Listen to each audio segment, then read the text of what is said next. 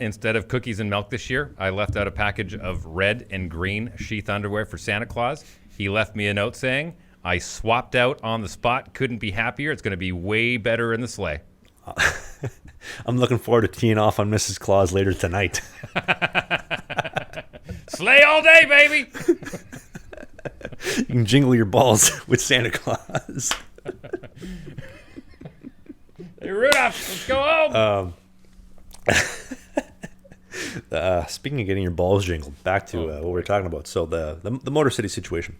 So yeah, trying to tread very lightly. Obviously, there's contractual agreements that you can't say negative things about the team and about the league and voice your total displeasure. We can try to tippy toe around it nicely to kind of start, I guess, back before we get to the end of it. But so I never ended up starting a game in Motor City, and obviously a little bit disappointed about that. And I've documented on the podcast. I know we talked about it in studio when we were at the Energy 106 studio back in September. We talked about it in August. We talked about it throughout the season. Every time I get an update from our management about, hey, you're going to be starting here, we're planning to start you there, this is the situation, I tell it exactly what I hear. I'm literally just regurgitating what I've been told by people that are higher up than me.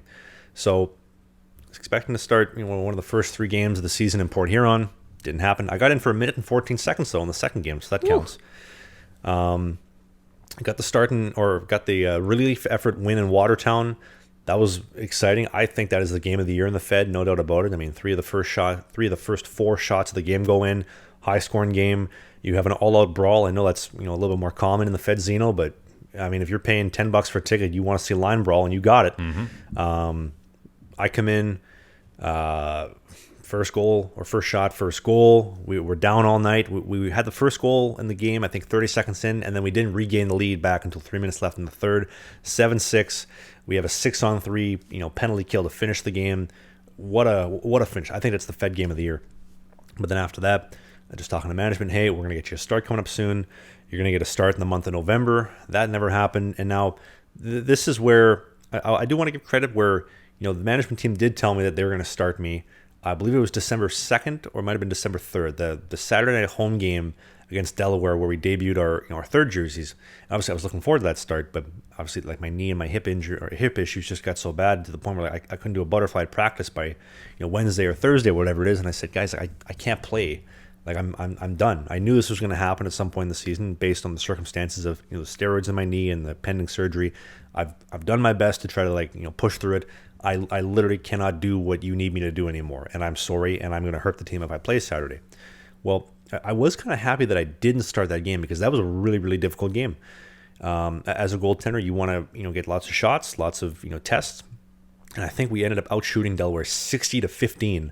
Oh. And yeah, I've got to give a shout out to Trevor Martin, the goalie for the Delaware Thunder. Played in the Western League for the Red Deer Rebels. Calgary Hitmen, played in the Q for a little bit.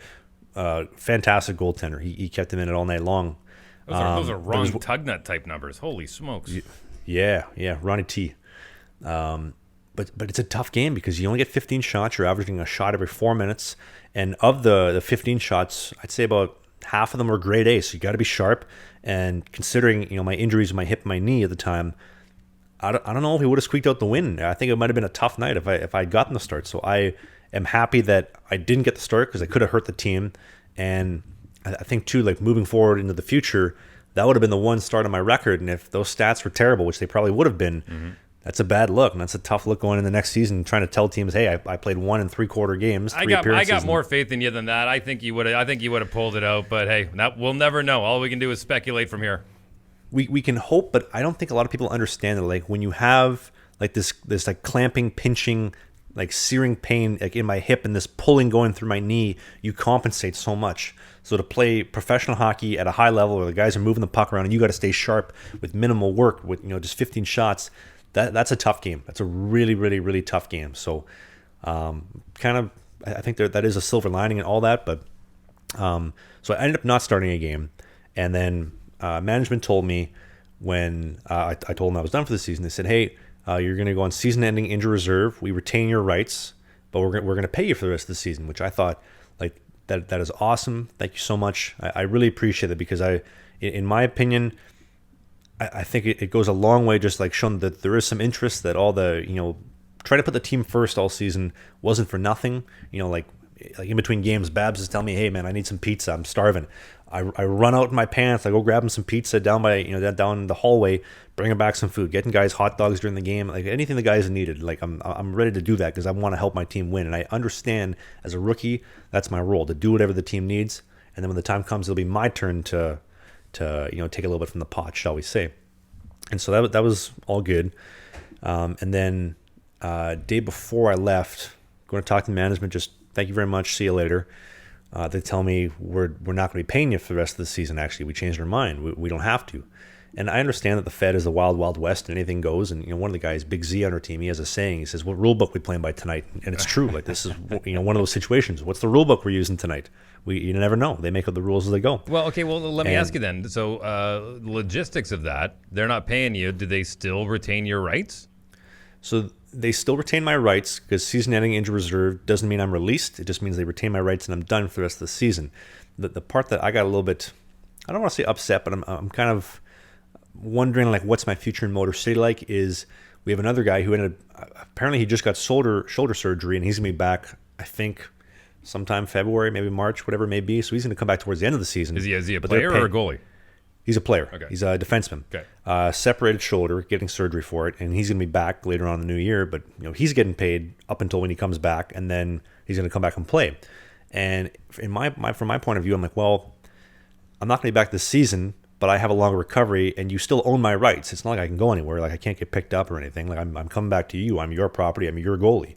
So like, wouldn't it make sense to pay me? Especially like if you're keeping my rights, you have to pay me. Just I don't know. I'm a you know me, Dave. I'm a principled guy. Like when I say I'm going to do something, I do it. And just I hope that there is something positive coming in Motor City, with our relationship and moving forward in the next season from this. And I don't know what's going to happen, but I just wish that that's not how things ended. But I guess we'll find out sometime over the summer how things come with the expansion draft coming up because Motor City still does own my rights till I think end of May. Then the expansion draft comes if they don't protect me, and then the new team in Baton Rouge, Louisiana can pick me up. And then if they don't pick me up, then I'm a free agent, can go wherever I please. But I still won't be skating before May. So okay, well, as I kind of mentioned, I mean, there is a little heartbreak in there because you kind of feel like you were wronged after doing all the right things. So I completely understand that. But I'll be honest with you, man, you have got more pressing issues right now, and that is going under the knife right away. So focus on that. Let the rest of it take care of itself. Focus on getting healthy because if you don't get healthy proper and your head's not right, you're not going to be playing at all. So the chips will fall where they may. I know that's a terrible cliche that's overused, but just focus on getting your hip better. Focus on getting your mental health better after dealing with laying on your back for 3 weeks and being a gimp walking around, or trying to hobbling around and having to rely on another human being. Thank God she's an amazing woman and she's going to, make sure that you're fed and doing all those things. I mean, that's your priority. Next season is so far away. It really is. I mean, we got almost 9.5 months to the start of next season. I'm going to use all that for the rehab for the hip surgery. I will say that since I came back to Winnipeg and I got my physical stuff done, all the paperwork. I went down to the clinic and talked to all the people there. It's a process, isn't it? It's a huge process. I think I burned like 2 hours at the clinic the other day, just going over like my prescriptions and like things that I'm gonna need. By the way, I don't know if we can say this on YouTube, but I'm gonna be hopped up on Oxycontin for the first week. So that's careful, that's careful with that stuff, man. Use it sparingly. That is no joke. Yeah, I got that. I got an ice machine, like a cooling machine that's gonna pump ice cold water into around my hip to keep everything not from inflammating and going crazy. Because obviously, I mean, there's gonna be putting knives and cameras in my hip, and it's gonna be a whole wacky setup. Cameras. So are we gonna get some footage?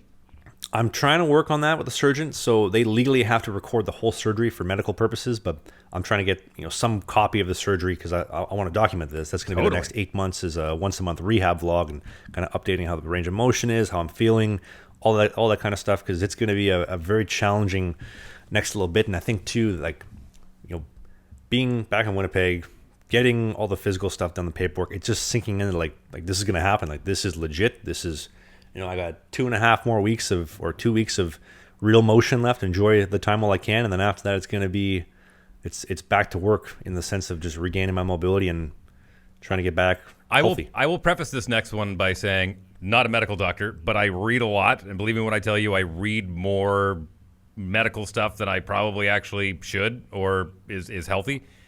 But some of it amazes me when you mention that they're going to be shooting, like colds and whatnot into your hip to keep the swelling down. I can understand controlling the swelling, but there's been a lot of research over the past decade.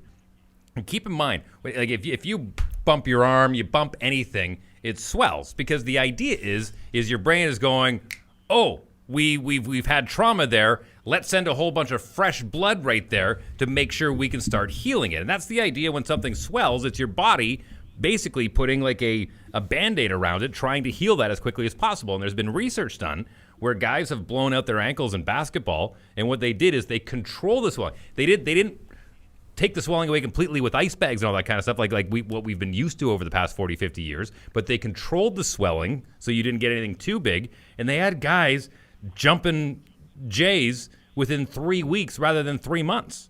It's mind-blowing.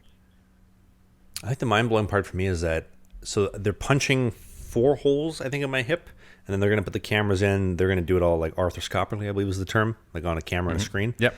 But I can't shower for, I think, 3, it might be even be 4 days after my surgery because the water might open up the holes. And excuse me, nurse, I'm ready for my sponge bath. Actually, I'm going to be out of there the same day, so I think I gotta show up around 11.